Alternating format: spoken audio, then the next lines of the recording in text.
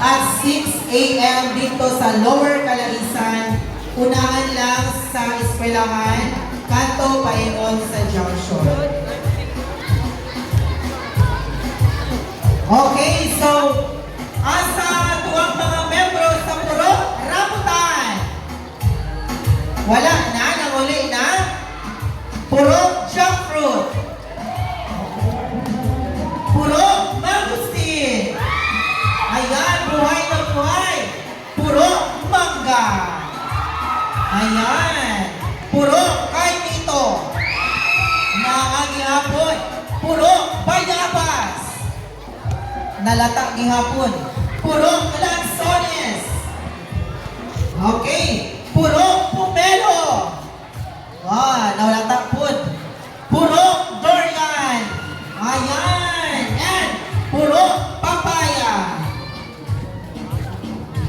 So while waiting sa ito ang result, ginakabilit pa sa itong pinakagwapa nga SK Treasurer no other than Ma'am Rolalyn Palapas. So dagan kayong salamat sa pag-usap sa itong SK Chairman Yara Pagikan kaya pinaabrak niya pag-MC. Ang alas 6 na ko niya gitawagan.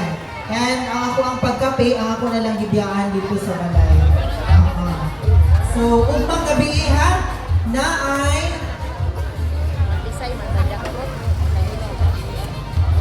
okay, so natay i-plug din no FB page sa ating kaganapan sa 2025 nga foundation anniversary. We have ang FB page is Calaisan Activities.